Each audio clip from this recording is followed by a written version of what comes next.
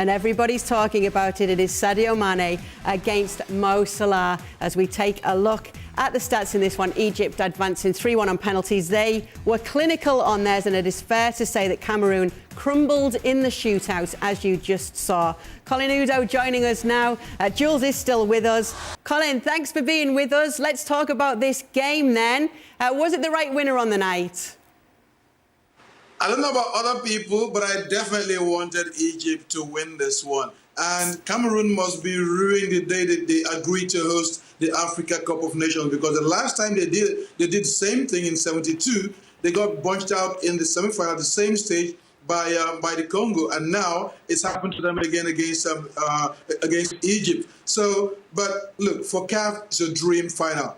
Two of the best players in African football going head-to-head against each other. Both are also the last three winners of the Africa Player of the Year award. So it must be mouth-watering for fans of African football, and I can't wait to watch it on Sunday. Yeah, crucial as well, because we also know in World Cup qualifying, only one of them can go through. That game coming up in March. For you, Jules, and everything you've seen so far, of these two teams in the final on Sunday, who do you think has the edge? Well, I think in terms of experience, and we saw Senegal losing the final in the last AFCON against Algeria, of course. Egypt have that experience. They also lost the final, by the way, this generation. But as a country, Egypt have been so dominant in this competition, really. Senegal have never won it. This is the chance. This is the chance. They've come really close in 2002. They came close against Algeria in the last one.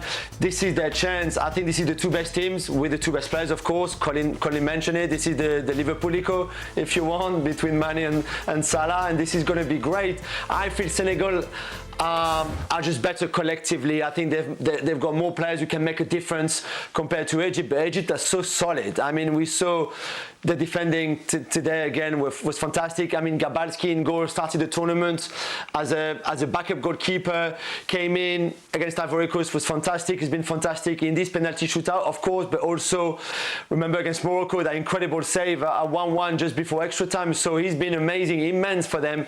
And him and Edouard Mendy will be another key matchup really in that final. But I still feel that Senegal have enough finally to win their first AFCON. Yeah, can we just go back to that as well, Colin? Because we know everybody's talking about it. Sadio Mane and Mo Salah. And for anybody who maybe hasn't caught on and watched the Africa Cup of Nations so far, as they should have been, this will definitely make them do so, won't it? These two facing off in the final. Oh, certainly. And to think that Egypt had a very bad start. They lost against Nigeria, and then they squeaked through two games, to get to the knockout stages, and then they just seem to carry on from there. Senegal also squeaked through their opening games and just barely, advanced, even though as group winners.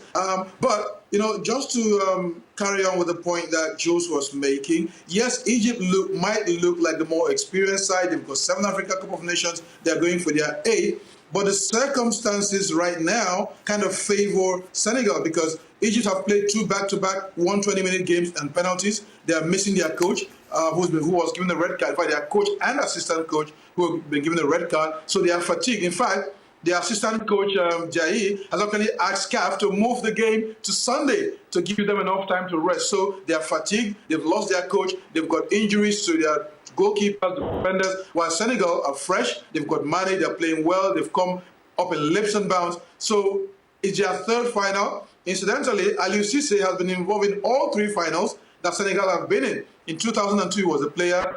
2019, he took them as a coach, and now this just might be 3rd time lucky for Senegal. Could you just remind us again who the only side to beat Egypt was, Colin? It was Nigeria, but then we're back home. Jules, don't laugh. Please don't laugh, because I know Shaka is waiting for me. And Shaka, you dare not say anything. I'm not saying a word, Colin. Your secret's safe with me. Don't worry. Next up, would you guys care to give a quick prediction? Senegal. Senegal? Especially because I know Ali's going to pick Egypt. Well, and it's very clear as to why I picked Egypt. Because it's going against whatever Ed was saying last week that was nonsense. But don't worry, Shaka said that this game today, the Cameroon-Egypt game, was going to be 3-1. There was no goals in 120 minutes. So, yeah, so go against Shaka as well. And don't go with Nadum either. Don't go with Nadum either.